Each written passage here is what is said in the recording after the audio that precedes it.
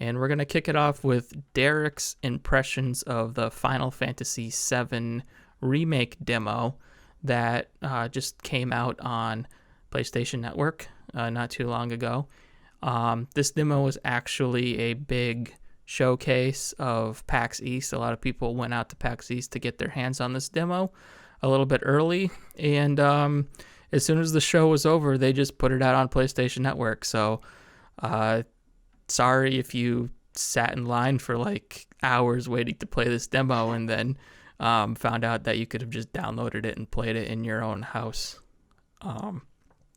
But that's neither here nor there.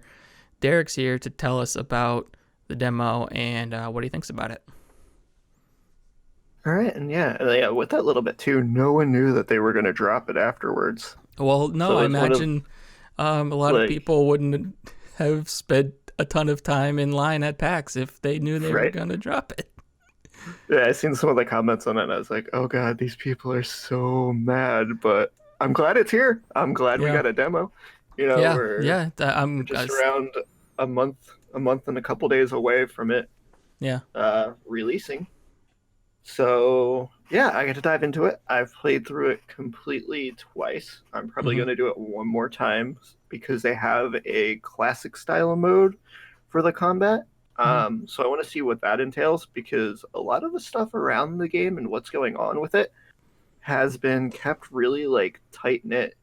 Even with what we saw and were able to access in the demo, everything was kind of like locked in place, Mm-hmm. so you couldn't really click around too much or see how that kind of worked. What we got from it though is it looks like it's going to be a three-player party that you'll have. Mm-hmm. Um, I believe if I remember correctly, in the original game it was you could have four people with you. Okay. Is it So it'll be possible that interesting. that's a fourth person you could unlock later on? There might be, but like the way when you're looking at the background, you can kind of see the layout of where each character slot goes, Okay. and there was only like three sets of it there. Okay. Um, So it's kind of yeah, so the it'll be this. kind of set up only for the Yeah, you three. can kind of see like the placeholder of where their portrait and everything's going to show, and like the little stat bubble that they give. Mm-hmm. So there was three slots there. So it'll be kind of interesting to see how they expand on that with the storytelling within Midgar. Because for this, we got to play the very first mission of the game, which is like the tutorial to the game. Yep. It's the same way the first one started out. You get to play it all the way up to the boss. Mm-hmm. Um, and it was a blast. I'm glad they took the extra time to put the polish on the game that they wanted to, because it shows. This demo, I'm not sure if it's fully updated as far as what they were doing or the polish they wanted with the game, but it played very well. Everything was smooth. I didn't really have any problems with it. The tutorials did a great job explaining what was going on with the new combat system, Mm-hmm. and the new combat system was a lot of fun to play with. It took a little bit of getting used to at first because now you can like stagger enemies, you can chain attacks, you can hit more than one enemy at once. When Barrett came into the party, there was ranged enemies that would show up, so you'd have to like switch over to him, target them, and then you'd switch back to Cloud to fight the ones that were on the ground. Mm-hmm. And now with the change of without it being turn-based, the ATB gauge is now used to execute commands.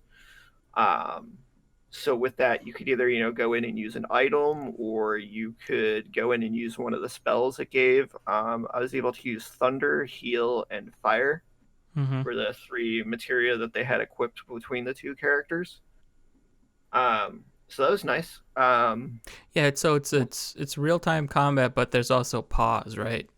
There's certain It's times where you it's a could pause it. it's a slowdown, Yeah. Okay. if that makes sense. Like it's maybe slowing down what's happening by like 90%. So Okay. if you're spending too much time going into this menu while using, I'm going to call it the normal combat mode because that's Mm-hmm. kind of all they had. They had easy, normal, and then it was classic style. So I'm going to assume that with the game, there might be different difficulties that we can play through on as well. Okay. Um, But with this, you're able to, you can do a couple hits and then your bar fills up for ATB and you want to activate like a heal or you want to go use this, you'll click in and you'll kind of see everything slowly moving in the background as the menu comes up. And you can still get hit and take damage. So if you're like, oh, what do I want to use? Or not quite sure where something is, you're going to take quite a bit from that. So like the first playthrough of it was a little bit rocky. I got downed a couple times. I think on the second one I went down once, Okay. but did a lot better during the boss that defeated that Katako employee that went on that Twitter rage about how hard it was and he couldn't beat it. Okay. But it really wasn't that bad. It's just really it's paying attention to the new system, how it works, and just learning to execute it. Like Yeah. I'm not going to say it's like insanely easy, but at the same time, it's not insanely difficult. Yeah.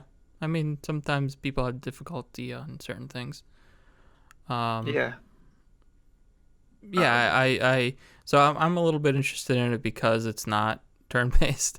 I really don't like turn based combat generally.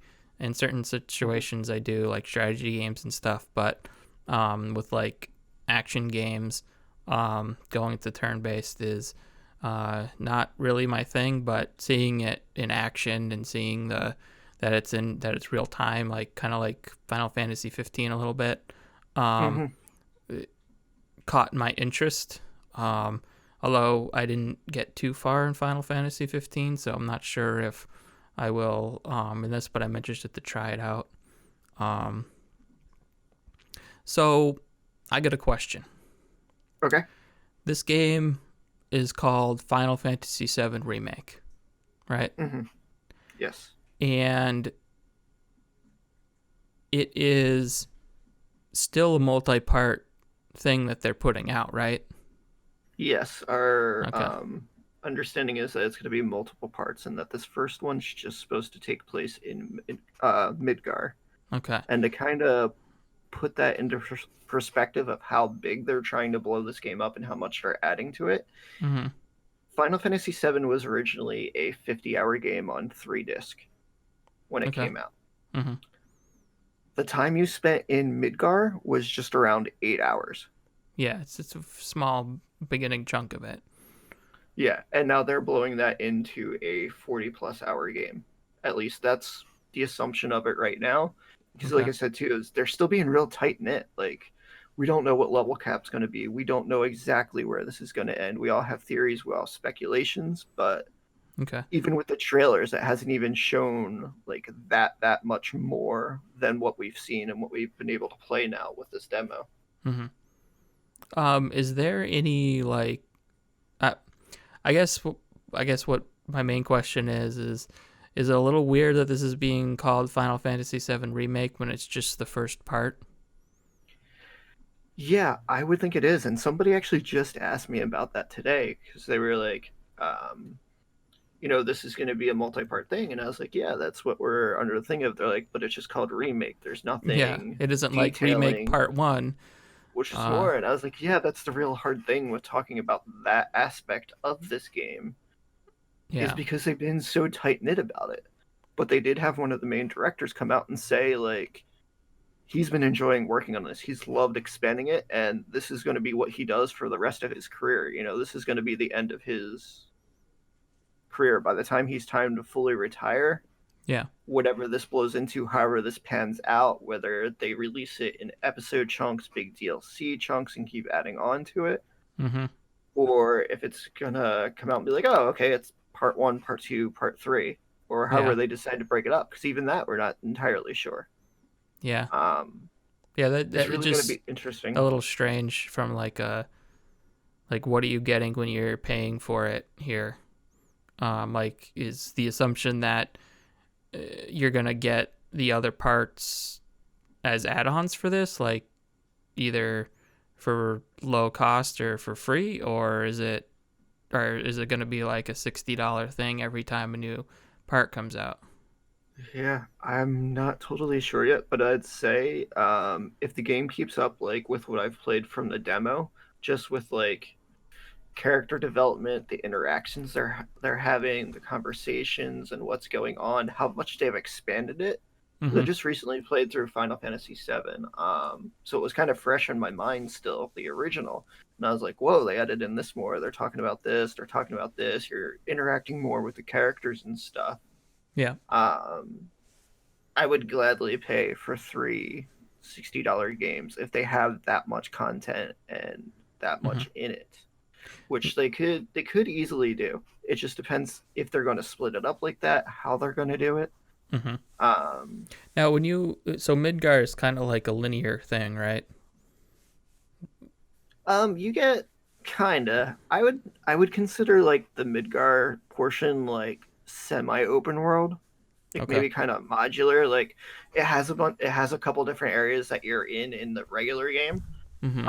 And I know once you beat the demo, it has a little trailer at the end, and it Mm-hmm. kind of shows more of the escape. So it shows you running down the alley, getting cut off, and then running out into an open area and interacting with another character, and then like another fight, and then that's kind of where it ends. Okay. But there was like the slum section. There was the church. It has different districts, so there's a lot of places that they can really go with it. And I guess in comparison to like the rest of the game, does it get more open as you leave Midgar and do go other places? Yeah, there's like once you leave Midgar in Final Fantasy VII, there's like a whole world to explore. There's a couple Mm-hmm. different continents that you can get to. There's like the Northern Crater. There's tons of places to explore. There's like side mission areas. There's actually like a place called Fort Condor that's this whole other mini game inside the game. Mm-hmm. Okay. So it's gonna be interesting to see how they put all this into this updated system and this updated style of the game. All right. Um, but from what I've seen so far, I'm super impressed. A lot of people seem to like it. Yeah, Some I'm. people don't quite grab that concept, the not the concept, but the combat a little bit. Mm-hmm. But there is that classic, like I can't really talk that much on the classic combat because I didn't get to try that. Mm-hmm. But I think for like if you're watching the video for this, I'm gonna use that to get the footage. Okay. To Yeah. kind of So, you did a full playthrough of the demo on, you live streamed it, and the video is on your YouTube, right? yeah, I have that up on my YouTube page at After Image Creations, Mm-hmm. and then we also have it on our Voxel Voice page on Facebook. Yep. Yeah. So if you're interested in seeing the whole thing, you can go check those out. And yeah, I'll put some of the footage in on the YouTube version of this. This it'll only be like a 10-minute chunk, but it'll give you an idea of what to expect from it. And yeah, I'm interested to see like once this comes out, like how substantial this first part is, and then hopefully they start to be a little bit more open with what the rest of it's going to be. Because if this is supposed to be like a 40-hour thing, and you're talking about once you leave the city, it's supposed to expand even more into like a big open world thing with going to different regions and stuff like that. That should be even bigger. Like that should be even longer and more substantial. So, yeah, it'd be interesting to see where it goes. Even though it's coming out, it's still interesting to find out what it's going to be. Right? Especially being like it's also weird in this time of age, we get so much information on these games before they come out with people covering it, getting it early, Mm-hmm. interviews and stuff like that. And this one's been kept pretty tight knit. Yeah. Like, because even last night after I played through, I tried to go see what I could find out more about it if there was anything on it. Um, we know the game I think is going to be close to 100 gigs as well. Wow. And the demo for retrospective, the demo I believe was just shy of 8 gigs. Wow. Maybe all the parts are in there, and they're doing the Call of Duty model where you download the first 100 GB, then you launch it, and then it's like, oh, we got to download part one, and then, oh, we got to download part two. It's like, changing the disc, but you got to download Right. 200 gigs worth of stuff within the game. Right. But with this one, I will gladly gladly do that. All right. Yeah, so that's the Final Fantasy VII demo. Seems to be pretty well received from everybody that is eagerly anticipating it. And that's coming out fully in April now? Yeah, April 10th is when it'll be coming out. Okay, and that's just PlayStation 4, right? Yes. Thank you for joining us in this very special episode of Voxel Viewpoint. If you'd like to hear or see more, please consider subscribing to us on your favorite podcast app, subscribing to us on YouTube, or visiting voxelvoice.com, where all of our great content comes together in one place. Also check out the Voxel Voice Facebook group, where you can join in on the discussion with a great, like-minded community.